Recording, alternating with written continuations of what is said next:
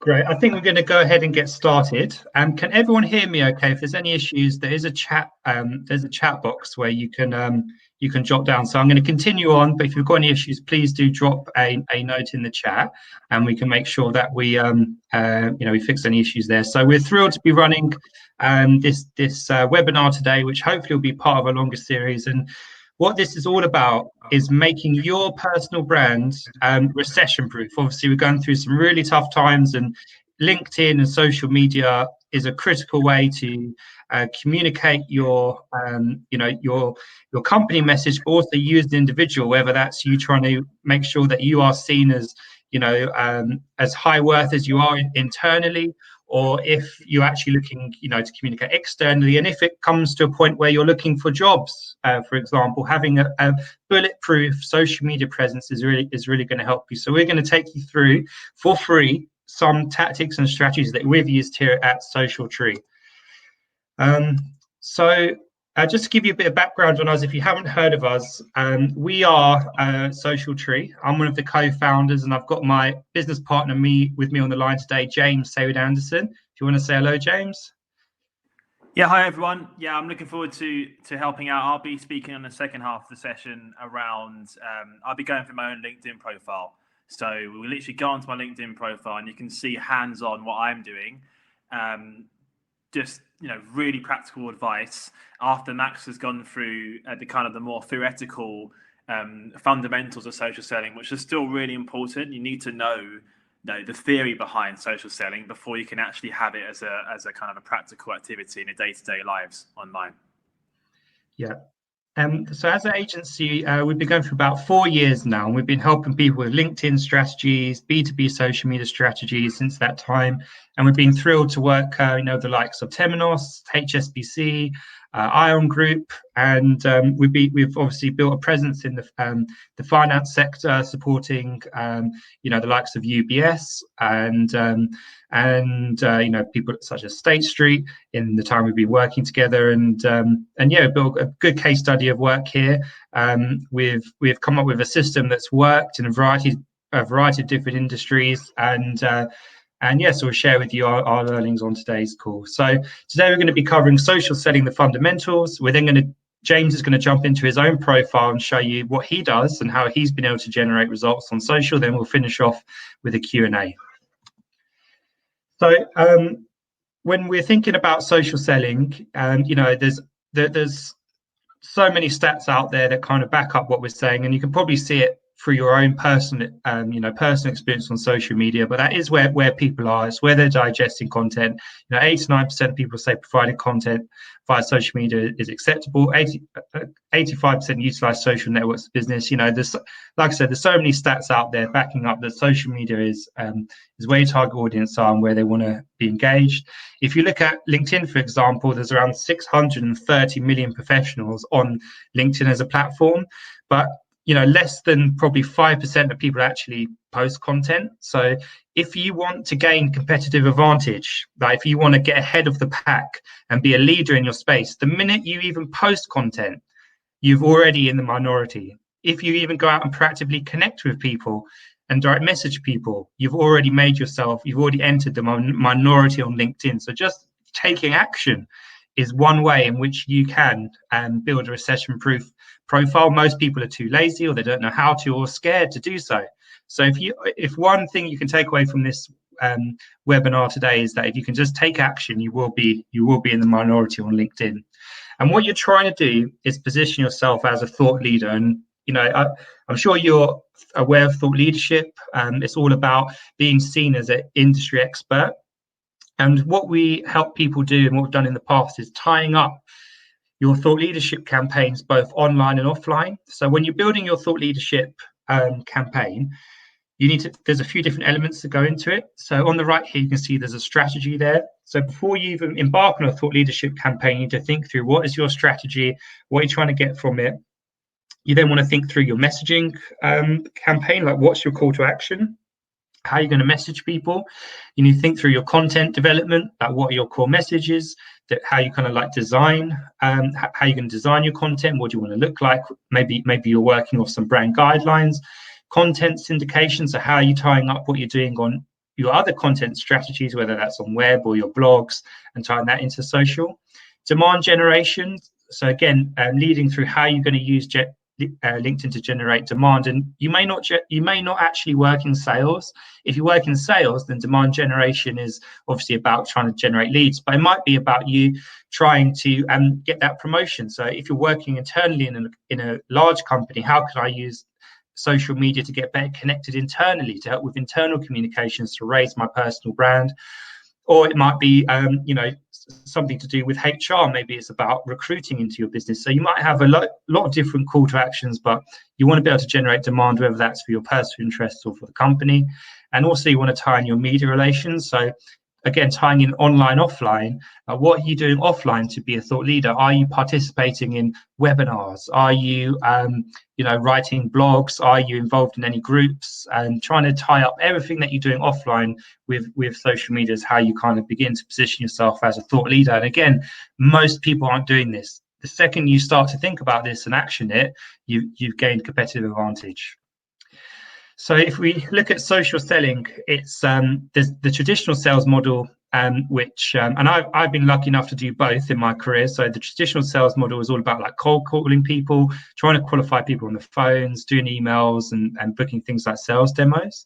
But social selling is all about and what we advocate is the new sales model, using social media to build your community with your prospects, engaging them, and then also promoting others. So actually trying to promote others into your group. There's one of the key actions for influence is all about reciprocity. So if you're able to promote others, then in return they are likely to promote you back. So that's what the new sales model is all about, is using social media to educate and engage your audience and promoting others in return being promoted yourself. So it's about giving and receiving. So we've got a content formula that we use, and James is going to show you how he structured content, but you've got content that's obviously product focused, which is talking directly about what your product does.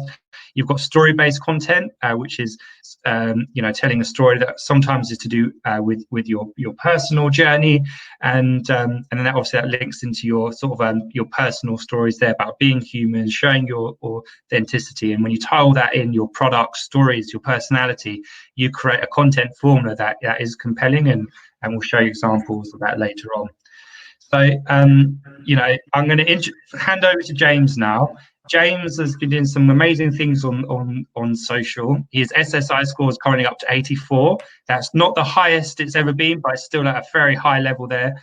And yes, so I'll pass over to you, James, and you can take what we've just discussed here and show how it works practically. Yeah, thanks, Max. Like I said, obviously that was just a really quick whistle-stop tour of social selling methodology. Now, obviously, it's much more in depth than that, but we covered, the basic content principles, why you should do social selling, and now I'm going to take you all through my LinkedIn profile and how you can optimize your profile, take away some of the things I'm doing, and then hopefully after this call, go on LinkedIn and start implementing it. So I'll also share my screen. 2 seconds.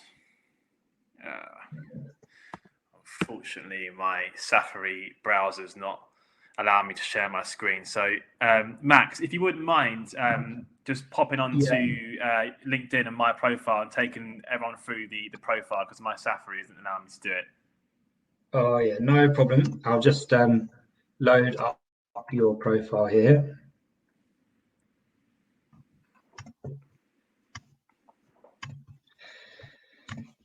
Okay, can everyone see my screen here? Yeah.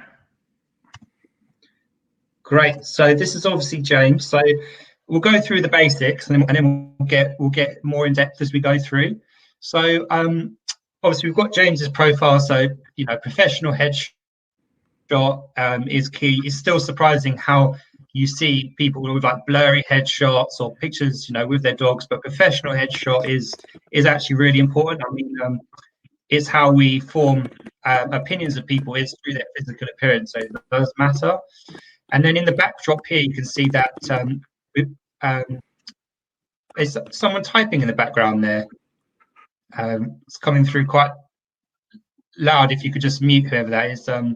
But yeah, so James has got 2020. So James does a lot of events here at Socialtree. So that's kind of taken from the event series that he leads. And in terms of like how he structured his about section, and so it says, my mission is to help people and brands harness the power of social media by creating meaningful conversations with the people that matter most to their business. So a lot of people in their about section, it's very CV led. So it's very much about, I did this or I did that. I did this in 2009, hit this percentage of target. If you're social selling, you want to be able to capture people's attention and actually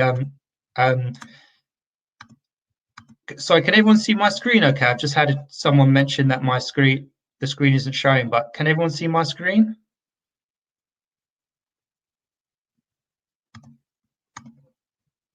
I'll take that as a yes. So in terms of your bio, yes, you want to focus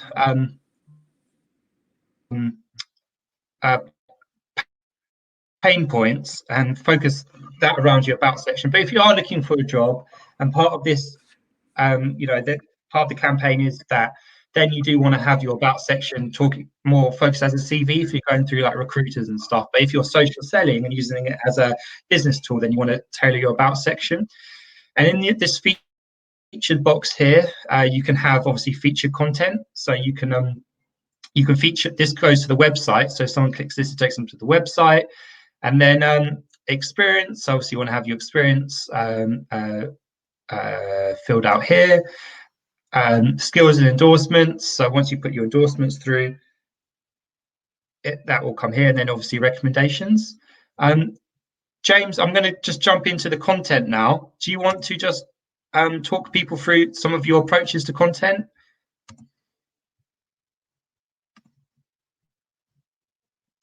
Max, if you wouldn't mind just scrolling up and going onto the content page.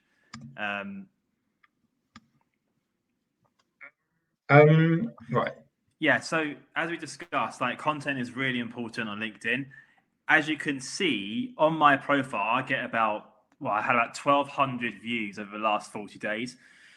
There's 1,200 people viewing my profile. Now, LinkedIn, if you imagine your LinkedIn profile, it's your personal brand. And particularly at the moment when people are on lockdown, like we're literally all locked down, it's so important to have a presence on LinkedIn. And as Max said earlier, 95% of LinkedIn, they don't even share content. They don't even bother. And I know it does feel a bit scary to start with content, but I promise it really does pay dividends after a while. And content creation and content distribution is a massive topic in itself.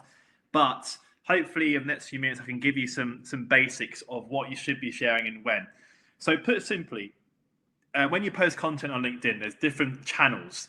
There's the news feed, which is, imagine you're on a networking event. The news feed is essentially the hall, the expo hall, where everyone's outside talking. It's quite loud, it's quite busy. And, you've got thousands of people potentially at any one time communicating a message. So you have to think as if you are marketing to someone who has no time and they're very much using their subconscious memory.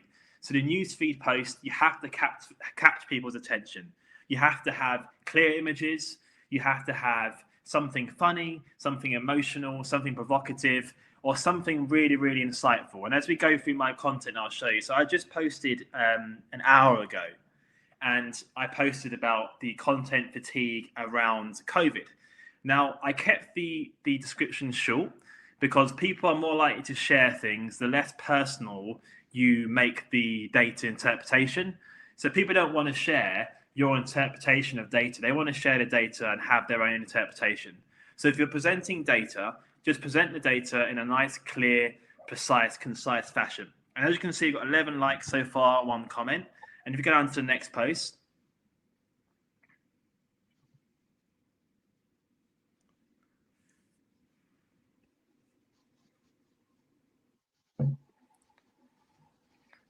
can you just scroll down, Max, if possible? To just which scroll one? down. Literally scroll down. Just scroll down the page. Is it not scrolling on your end? It's not scrolling, but it's fine. Maybe it's scrolling for other people. So My second post I posted about 3 days ago was much more focused on getting attention. So just scroll up, that's too far down. Literally the second post. The post I posted about 3 days ago was focused around, it was a humorous post and it was around Zoom meetings. And that's got about 80 or 90 likes. And then we go down further, there's a post which got 600 likes. So the aim of these posts is quite simply to gamify the LinkedIn algorithm. And I want to do that because I want LinkedIn to favor me on the platform. The more that LinkedIn allows me to post, the more people see my content, which means the more my brand is viewed. So it's really important when you're creating newsfeed content to actually post stuff that's going to get engagement. Now, people may say, that's not in the spirit of LinkedIn. It should be really professional. I don't really buy that to some degree. I think you can post content which is professional but also entertaining. So you have to focus on that niche when you post on newsfeed content. People are being bombarded with messages, with thousands of messages every single day. When they go on LinkedIn, you're competing with loads of other people. At 5%, of the 630 million, you're still competing with millions of people. You have to find content, whether or not you find it or curate it. You have to find interesting content. And when you post that content, you need to make sure it's succinct and that you're driving engagement. Another thing which I do, which is really important when you're posting content, is not just to post content, but also contribute to other people's content. So it's 50-50. I mean, I'm still guilty of being too heavy on posting. But when you do post, when you are kind of creating content in your profile, make sure that you contribute to other people's content as well. So if you scroll up, Max, to all of my activity, what you should see is that I do spend time finding responses to people and actually writing things down. You'd be surprised at how successful that can be. A lot of people, when they go on LinkedIn, they optimize their profile, they do everything right. They don't comment on other people's activity. So it's really important you do that. And because that's for two reasons. Reason number one is the altruistic reason. The more you post and you comment on other people's activity, the more likely they are to obviously engage with your content. So that's the first thing. And secondarily, the more you're commenting on other people's activity, the more you're seen on people's news feeds. And LinkedIn has a really cool function where if you are seen to get more engagement, so if I'm constantly engaging with your content, that means that when I go on LinkedIn, I will see more of your profile and your brand. So there is a real method behind the madness. The more content you put out, which is relevant, which people like and people engage, the more LinkedIn will open up the algorithm for your prospects. So there is a real business case here. And if you're looking for a job, if you're on the hunt for work, if you're trying to think of the next move, personally speaking, I would be on LinkedIn now. I would be doing the things Max said. So it's optimizing your profile photo, your cover photo, having a really nice, succinct bio, and then spending time commenting and engaging on my prospects' content. So in the context of if I was looking for a job right now, I would be engaging with loads of marketing directors, loads of marketing managers. I'd be connecting with them. I'd be creating content every day, which is really relevant, really really good stuff. You don't even need to create it. You can just find content online. So what I do, I often go on Twitter, I go on Reddit, and I find content which is trending. Then I simply upload that content on my LinkedIn. That's how I game the system. We're in uncertain circumstances. You have to win this information war. And I do view it as a bit of a game. And I think if you play the game, if you understand the rules, you can win and you can get extra presence on your brand. One more thing I wanted to mention, which is really important, is recommendations and referrals. So if you wouldn't mind, Max, going on to my recommendations on my profile. And most people, when they go on LinkedIn, I rarely see any recommendations, or I see recommendations from my peers. What you really want is recommendations from your management, recommendations from old managers, bosses, and so forth. And people often get quite, I don't see it a lot. I rarely see recommendations from customers, from management. It's super important to do that. So if you go on to recommendations here, if you go on show more, you can see I've got solid recommendations here from people. And how I did that was I just went out and asked. So I asked about 8 people for recommendations and I got 4. So, not everyone will give recommendations, but if you ask enough people, you can get them. And it's super important that you have those in your profile because people do listen to those recommendations. If you can get them from people who are really, really, senior, the better. It just makes your profile look better. And touching that point, if you wouldn't mind scrolling up, Max, to my profile views and so forth. The reason why I can get quite a lot of views is also because I have quite a large network. And I am actually a big advocate of growing my network. So I would recommend every single day spending half an hour to an hour just growing your network, connecting with people, writing connection requests, really taking the time to grow your network because your network is your net worth. And yeah, it's really important to do that. So this is obviously a really high level, fast overview of what the profile should look like. But to summarize, you should have a cover photo, which is professional and relevant and captivates who you are and what you're about.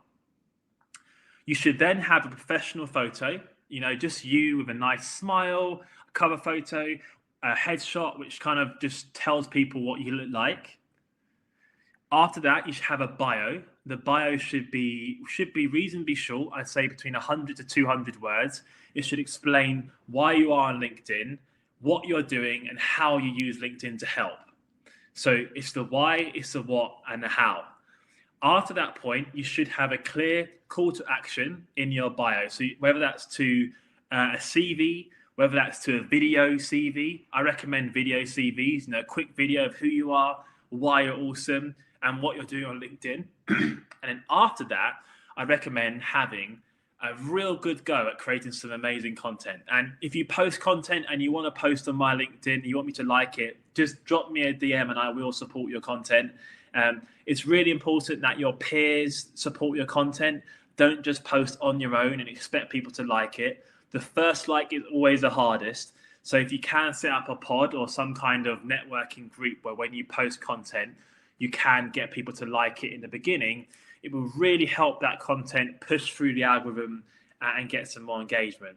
In addition to that, once you start posting content, you start posting the right things, you need to start engaging with other people's content. So it's really important to spend time engaging with people's content. And as Max mentioned earlier on, there's a score called the SSI score.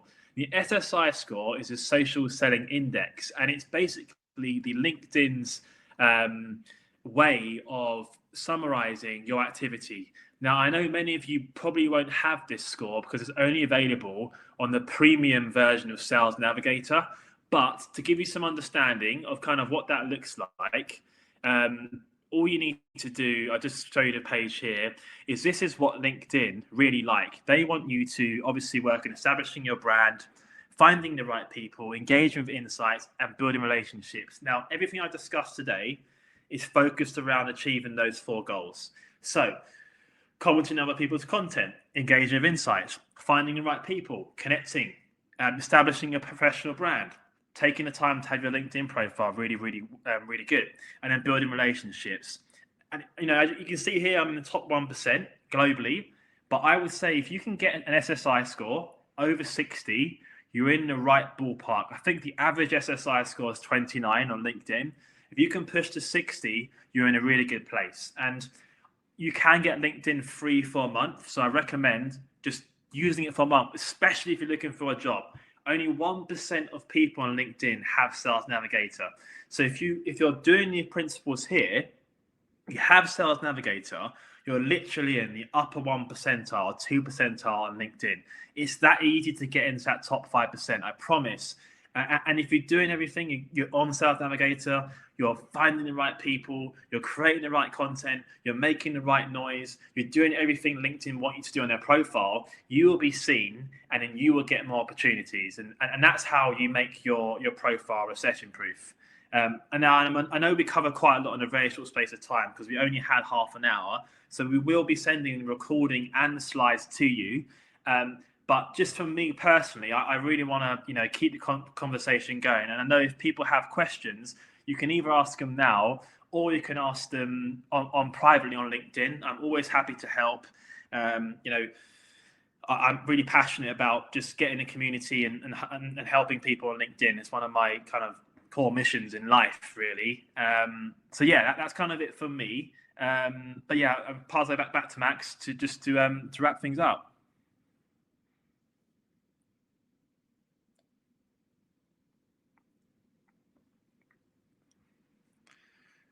Hello, Max. I think Max may have left us, which is fine. I'll wrap things up. So yeah, I don't know if anyone had any questions whilst we're here. We've still got about 3 or 4 minutes. So anything at all around LinkedIn, please ask some questions. Happy to help. Just pop the questions in the chat box. It should be a public chat box settings. Drop the message in there. I'm happy to answer any questions if anyone has any.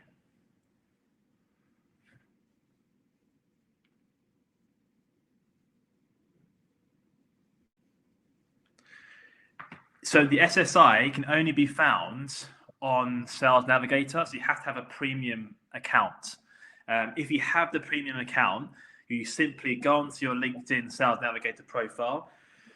Top right, there should be a setting. And like I said, Sales Navigator is free for a month. So you can actually just access this now and look at it. And it's a really good benchmark of where you are now and where you need to be. It's not perfect. Obviously, there are downsides to this. I'm not saying it is the gospel, but it's a good way to get a basic understanding of kind of where you're standing. So it's a free account, Sales Navigator. Log on to Sales Navigator. Top right should be a box that says training. Click on that and it should have a social selling index score, which should give you this result.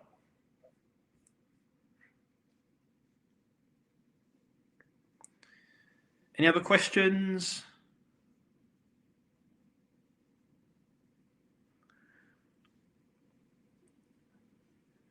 Okay, doesn't seem like there is. As I said, I will be sending the video recording of this alongside the slides. But yeah, really appreciate everyone taking the time to join today. I hope this helped. And as I said, any questions at all, add me on LinkedIn. My URL is there, so please add me. I'm looking forward to help continuing the conversation. If anyone does want to get in touch about how you can help, then please do. But yeah, I'll be speaking to you guys hopefully soon on LinkedIn, and have a great day. Thank you.